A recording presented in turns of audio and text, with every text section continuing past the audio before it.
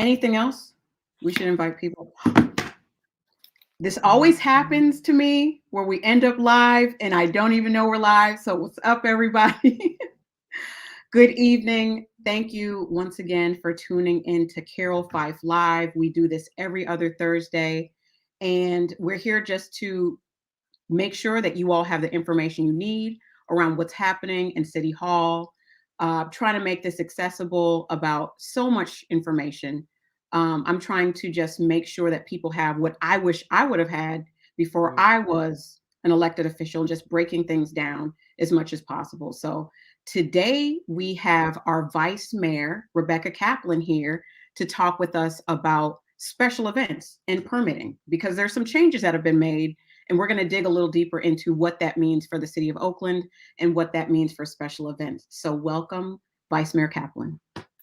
Good evening. Thank you so much. It's such a pleasure to get to have these conversations with you, and I so love serving on the council with you, and good evening to everybody who is joining us online. Good evening, everybody. So let's get right into the conversation. Special events. Why is it special? Why is it important to talk about? Why is it important to understand permitting? Vice Mayor Kaplan, can you just tell us a little bit about the importance of special events in the city of Oakland, and what is the relevance of who does permitting and why? Absolutely. So Oakland has a really strong and lengthy history of vibrant community engagement with events like Karijama and Festival at the Lake, the Black Cowboy Parade, First Fridays. There have been extensive activities. We have Cinco de Mayo. We have events throughout all of Oakland, and Dia de los Muertos, and so many others, as well as, we have the Oakland LGBT Pride Festival, the Chinatown Festival. And so throughout our community, there has been a strong history of this being a way that people come together and celebrate and uplift each other. And it's also part of our economy and an opportunity where a lot of artists and craftspeople and local small businesses have an opportunity to have an audience and sell their wares at booths, right? So it has both a level of uplift on the human level and the community level. And it's also something that helps financially support a lot of people in our community. So for all those different reasons, being able to have fairs and festivals and special events in a way that is clear and coherent and works well is really important for our community. And for a long time, that has been being challenged and undermined by these really excessive police fees that have been put on special events, and that are really making some events even got canceled because they could not afford to pay those fees. That's an important point that you make. And there are so many festivals that have been canceled because of COVID, so many different opportunities that have been lost for our vendors, for our different cultural outlets. So I can see that exorbitant fees would make it difficult for folks who are trying to come back from being able to do what they have previously been able to do. I know the Black Cowboy Parade didn't happen this year. There are several events in my district that didn't happen this year or last year as a result of these of just COVID and people sheltering in place. And so now this weekend, on the eve of First Friday, they're back. And it's been in council several times now. I've had several conversations with the folks in the Kono district around how challenging it's been, because before COVID, there was a lot of support. There were more funds in the pot that actually supported festivals. And they were used to getting a certain type of support for security and some other things. But this year it was different. So can you tell us a little bit about what you know about why it was more challenging for the First Friday folks to get this festival off the ground this year? Sure. And actually, maybe we'll go to the second slide. We have a slide that shows the dollar amounts being spent through the city funding for each of the festivals and what that's going to. It's the last page of that report. So if we go to the last page, this is a report from the city administration that they provided. There it is, to the Cultural Affairs Commission. So this report was produced to the Cultural Affairs Commission. And we do also have a link to the document that we can share if folks want to read it. But this shows where the money is going for each of these festivals. And what the chart shows, hopefully if people can see it okay, is that the overwhelming majority of the money being allocated to these festivals is being spent for OPD costs. So you see there at the top, First Friday, $144,000 going to OPD. You see below that on some of these other ones, that the Chinatown Street Fest, 11,000 to OPD, et cetera, going down. Oakland Pride, there we've got the 16,000 to OPD. And so what this chart is showing is the money that the city is putting in to support arts and culture and festivals, and that in fact a very sizable percentage of that money is going to these police fees. And so what that means is there's less left to pay for the other costs involved with putting on these events, with ensuring that the artists and the rest of the facilities are covered. And so this is part of what we're talking about here in terms of why there is a financial struggle going on as a result of these fees. And so, so thank you for that. And then why don't we go ahead now and show the other document we brought, just so people can have that as well. The KQED did an extensive article about this, how expensive police fees shut down Oakland community events. And we can share the link for this article as well for those of you who want to read the whole thing.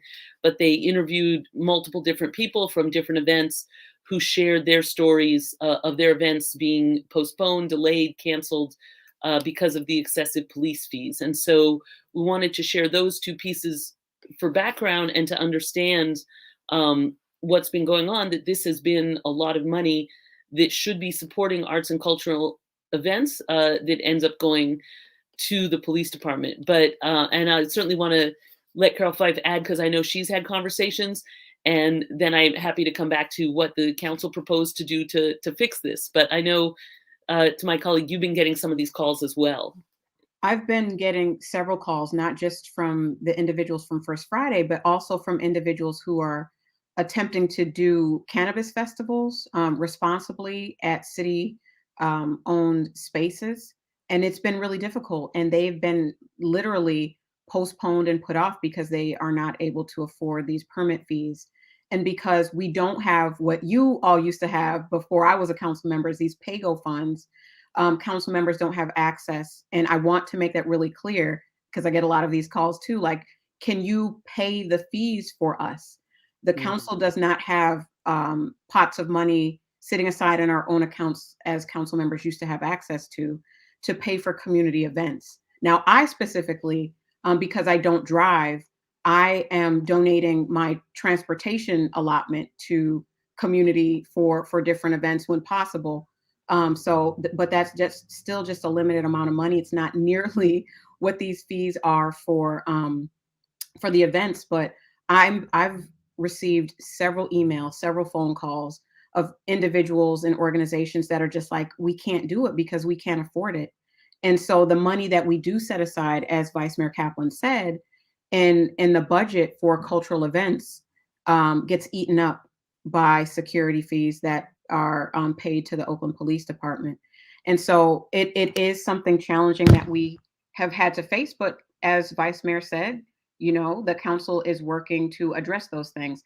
And so one of the questions that we have before we get back to you, Vice Mayor Kaplan, about what the council has done to address this is, how does the Oakland Police Department use the fees? And that is a great question. I'm going to direct that to you, Vice Mayor, and then I'll share what I've learned. Yes, so they're supposed to use the fees to cover the cost of the personnel involved. So that means, for example, if they do a street closure for an event and they send police to do the street closure, then we're paying police scale for those hours for that cost. And one of the things that has shown up in some of the accounting is that, you know, some of the costs do seem to be very, very high. And so that's a question that many people have asked. And so, one of the things we've seen is that there are many jurisdictions that use Department of Transportation and other personnel to do street closures and that don't use police. And those other personnel cost a lot less. So even if you keep having the event producers pay the wages for those hours of the personnel who come do the street closure, if you have someone other than police do it, it's a lot cheaper. And so then those costs would go down. So, Vice Mayor Kaplan, what do you say to individuals that are like, well, that's where the crime happens? Criminals are attracted to festivals. So, of course, we need police and we need to pay them whatever it costs because that's where the problem areas are. Well, fortunately for us, no, festivals do not particularly attract crime. Criminals are not particularly hot for festivals. In fact, criminals tend to when they are pre-select sites where they hope not to be seen, and that the odds of a major crime happening at a festival are not greater than elsewhere. So the notion of pre-positioning police where we expect crime to happen, well, we know where crimes are happening. We get 911 calls. We get notifications of shootings.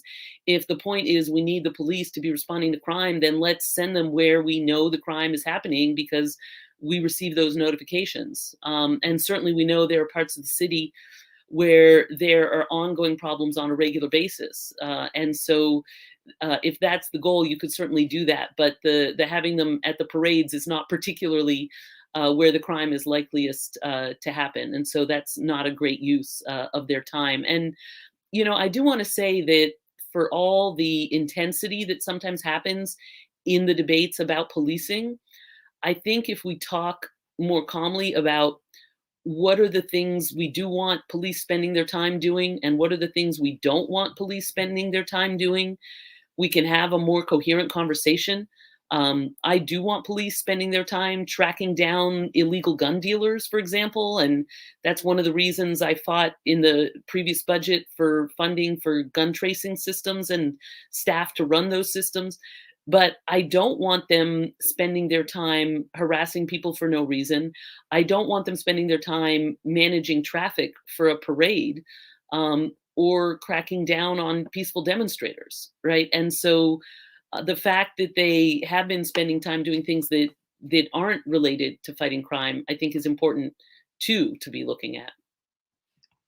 Thank you for sharing that, Vice Mayor Kaplan. And once again, I want to thank people for coming out and check out those links that we have in the chat for the KQED article. You can read the full story that was reported there for more information about how the cost of securing public events by OPD is actually bankrupting some of these cultural events that Oaklanders are so familiar with and so happy to have. And I think it's going to be really important coming out of COVID to be able to have outdoor venues to attend. And we need to make sure that they're happening. So thank you all for tuning in. And please check out those articles. I think they're important. But Vice Mayor Kaplan, I did want to go back to my council colleague. I did want to go back to something that you said about just you passing previous legislation around gun tracing and what we actually are calling for the police to do versus what we don't think that they should be doing, focusing on what police officers should be doing, which is focusing on violent crime. And it just brings up questions for me around if that was passed in the past, what is happening where laws and ordinances and resolutions that the council is passing are not stood up or not implemented? What is actually happening? I'm so glad you asked that. And this is actually one of the things that has been so wonderful about having you on the council is when you ask the important questions when we get those reports. So it's a great pleasure. So one of the interesting things about the structure of Oakland government is that the city council is like the legislature. We're like the Congress. We pass the laws, we pass the budget. and we debate with each other about what laws to pass and what budget to pass, and then we take a vote, and then that's passed. And then we have separately an executive branch, just like in the federal government, there's a separate executive branch that has the responsibility for implementing the things that are passed in law. So we pass a law to crack down on illegal dumping, or a law to make it easier to add accessory dwelling units, or funding for gun tracing. And then the administration, which is run by the mayor and the city administrator, are charged with implementing that. So in terms of your point, like what are we talking about as the actual solution, even today, as we're talking about this special events problem? And the city council in July of 2020 already passed a very specific solution to this. And not just this past July, a couple months ago, but like almost a year and a half ago, July of 2020, we passed a council proposal, which I was the author of, but it wasn't something I just came up with by myself. There was a lot of community involved. There was a lot of activism involved. There was a lot of outcry from the arts and culture community involved. And so I took that input and brought forward a council action to direct that the handling of special events be moved out of the police department to be handled by civilians. And right now, not only do they deploy police officers themselves to the events, but it's also police who are making the decisions about who gets a permit and how many police they have to hire. So they not only get to charge the fees and assign the people, they get to decide how much you have to pay them, and how many people they get to assign. And so it's all done at the most expensive personnel in the city basis. And so what the council voted in July of 2020 was to direct the city administrator to move the special events permitting and management and the personnel who handle it out of the police department to be handled by civilians. You know, security guards can be security guards.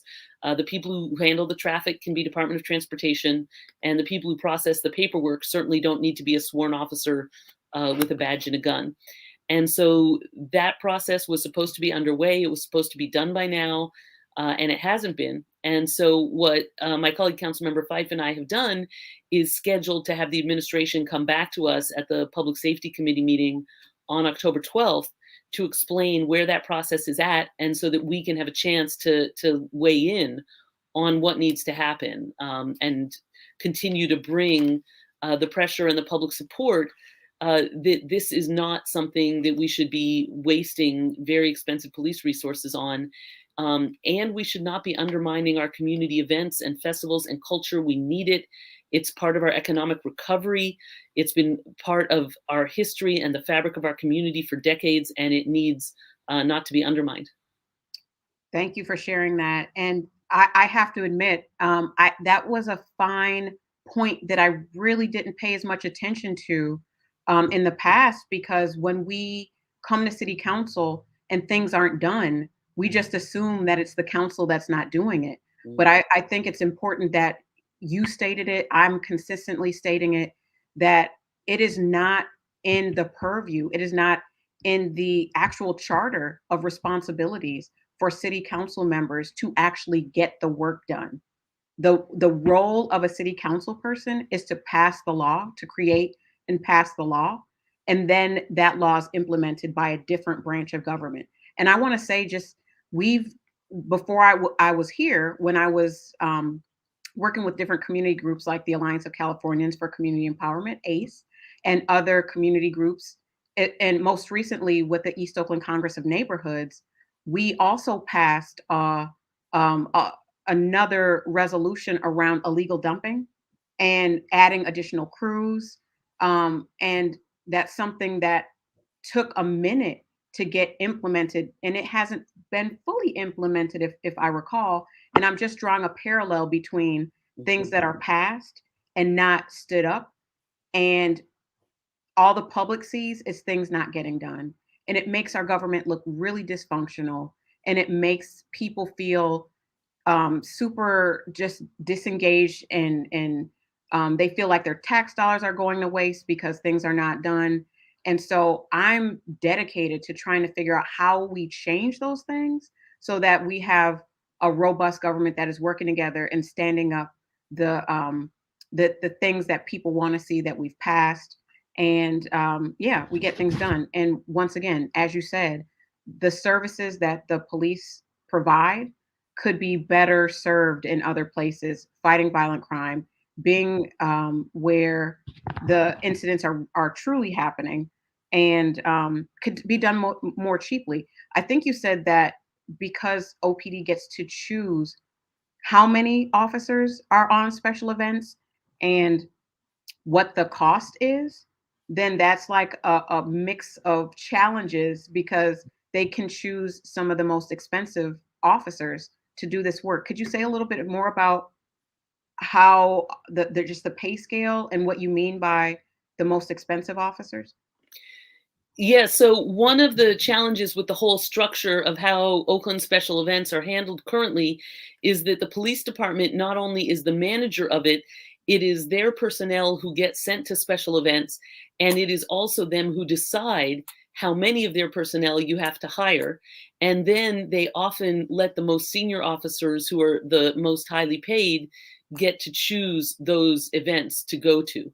And so not only do we have police officers hanging out at parades instead of shutting down illegal gun dealers, but we're doing so at a very, very expensive rate. And there's a conflict of interest there because the department decides how many are needed and they're the ones who get paid for it, right? So they've got an incentive to put more officers than needed on an event to get paid for that. There's also been many complaints and concerns raised over the years about the inequity of how these fees and personnel are assessed, and that Black run events have been assigned higher fees and larger numbers of police than events run by other communities. And so with giving the department so much free leeway to just pick and choose how many officers to require of everyone, it's very easy to end up with a system that's inequitable and unjust. So thank you for sharing that, Vice Mayor Kaplan. Are you aware? So there's no equation to determine how many officers should be at an event per the type of event?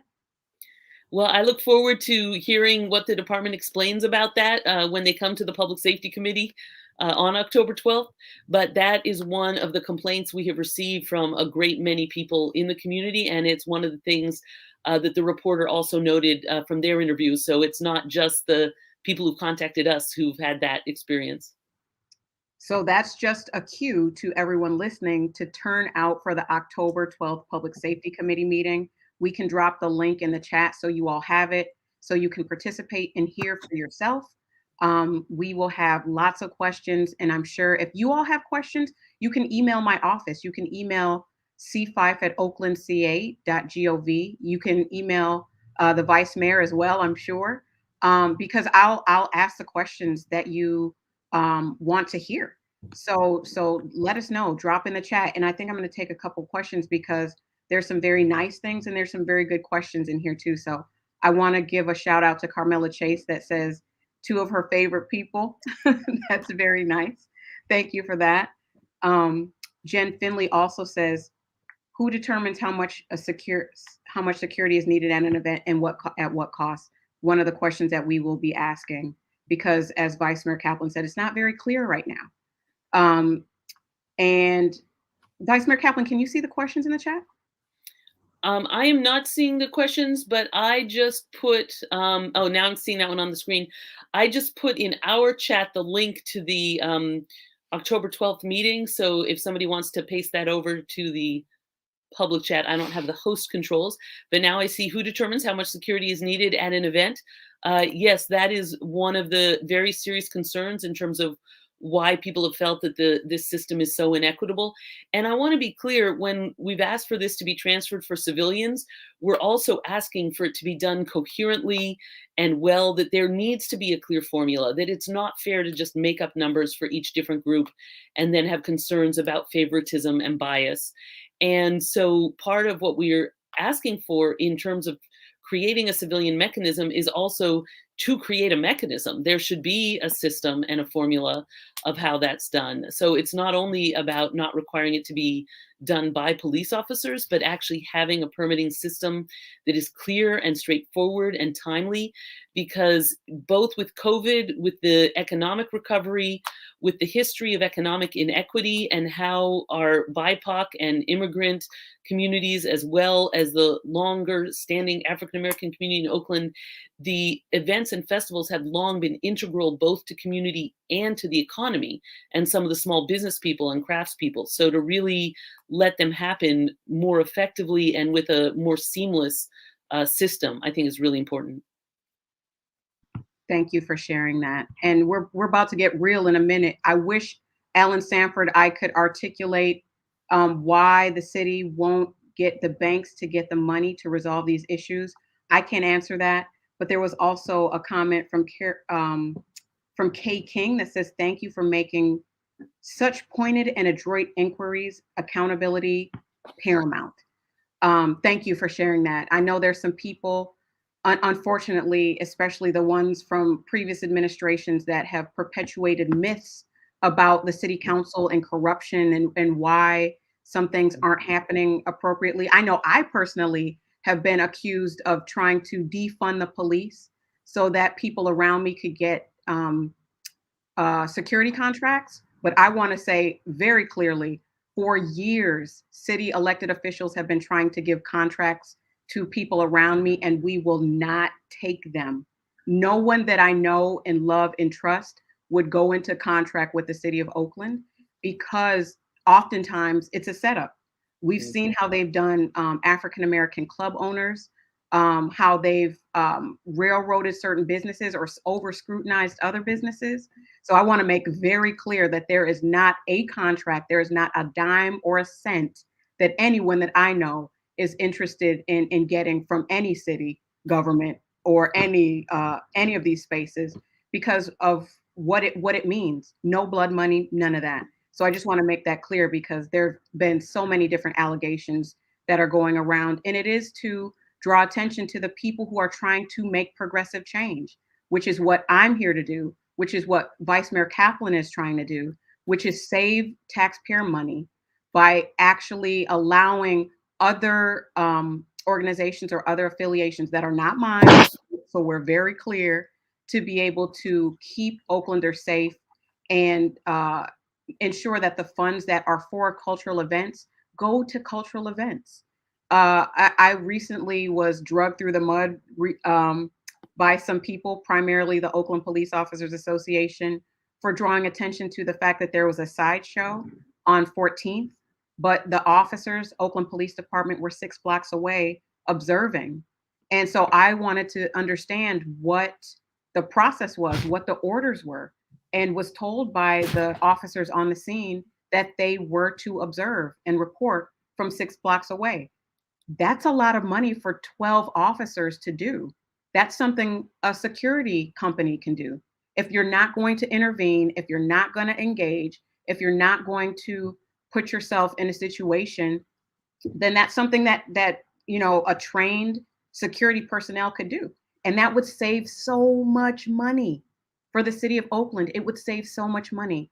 I think the costs were like 3 times more for an OPD officer to do a job than a professional security company. So I just wanted to say that for the record, because there are a lot of individuals out there that are trying to malign the work that this progressive group of council members is doing, specifically myself. And I just want to set the record straight. I'm willing to talk about anything. And I hope you are too, Vice Mayor Kaplan. Absolutely, absolutely, always. And one of the things that I think is important for us to acknowledge is that if you only do what you've always done, then you'll only get what you've always got. And so whenever somebody suggests that we should do something differently, there are those who will attack them and denounce them and feel threatened by that. And, it was not even 4 years ago when a large voice of grassroots community advocacy came forward to council and asked for us to pilot civilian responders for calls that don't need a police officer. And I agreed as a council member to take that community request and turn it into a budget proposal, a formal city council budget proposal. And when I did that, when I brought that forward the first time, people called it crazy. The mayor called it crazy. The notion that we could have trained civilian responders who could respond to calls about mental health and public drunkenness and all these nonviolent calls for which there's no particular advantage to sending an armed officer. And in many cases, sending an armed officer to these calls ends very badly. And so we could save lives and save money by having a meaningful, real, durable program of civilian public safety responders. And, so that was called crazy by those who wanted the status quo. And now it is funded in our budget. The council has voted unanimously to move forward with it. It now has a local name. It's called Macro. The city council leadership fought for and included money for it in the city budget.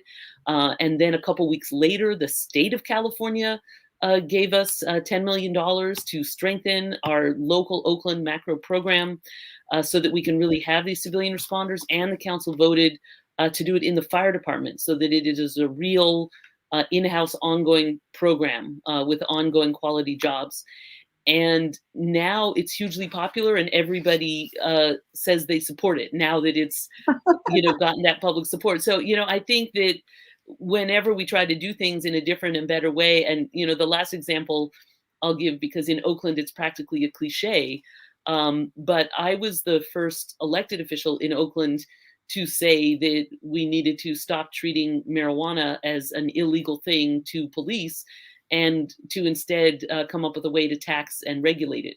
And I know there's a lot of activist community that's been saying that for a long time, but within the elected officials, when I started saying it, that was seen as very out there.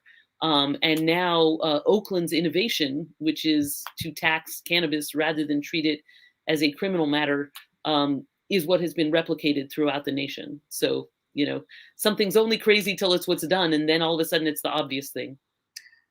I'm glad you said that. And I just also want to give a shout out to our council colleagues for working together to make that macro idea, that set of principles and programs come to life. Everybody did such different things.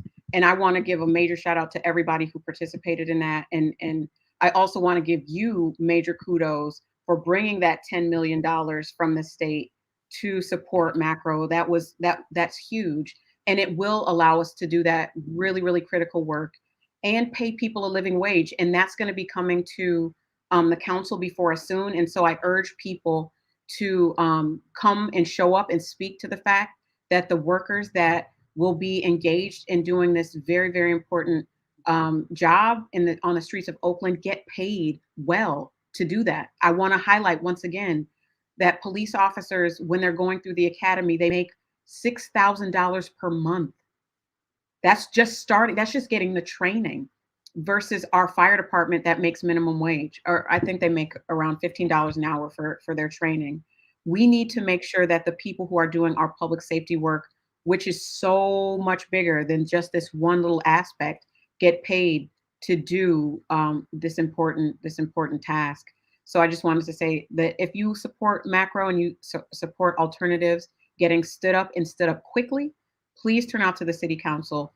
And if you can't come to the meetings, because I know they're oftentimes at crazy times during the day on Zoom, although the participation has been better on Zoom, I think, than in person.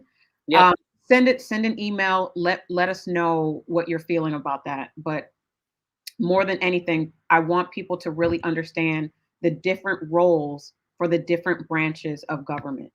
We are passing laws as your city council. We are not the ones implementing them. And I know people want us out there picking up the trash ourselves. Many of us do pickups. I know you want us to go solve the murders. I try to go out to as many sites as I can, but just like the officers, I'm responding after the fact. So we need alternatives. We need alternatives to safety. Otherwise, we'll just, as Vice Mayor Kaplan said, keep producing the same issues over and over again. And we all want something better. So we were actually a little bit over time. Vice Mayor Kaplan, is there anything else that you would like to share before I take a few more comments from the public and before we wrap up. No, I think this has been wonderful and incredibly important. And we've put some of those links in the chat, including there's a link to that October 12th Public Safety Committee meeting. And I just hope we'll continue these conversations and continue doing what we need to do to push for good policies to be passed and then continue the fight for them to be implemented. And it's a pleasure to get to talk with you, Councilmember Fife, and with everyone who has joined us virtually. Thank you for saying that. Thank you for sharing. And thank you for being with us. We're going to say bye to Vice Mayor Kaplan. Everybody say bye and thanks for the $10 million. Oh, thank you, Senator Nancy Skinner, who helped us get that $10 million. Yes, and I was very pleased to fight for that and very pleased we pulled that off. And thank you, Councilmember Fife, my council member.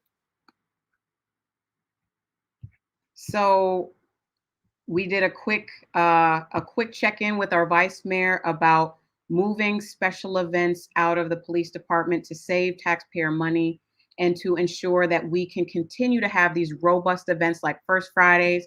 It's tomorrow, so please come out. I see Sherry Godinez in the chat. She asked a question about sex trafficking. I think, Sherry, we should do a whole Facebook Live, a whole Twitter Live just about that particular issue because it is an issue. But you want to drop in the chat what time people should turn out if they want to come to enjoy First Fridays tomorrow. Please drop that in the chat for people. I'll be out there for a quick check-in with the people and make sure people are having fun and having fun safely.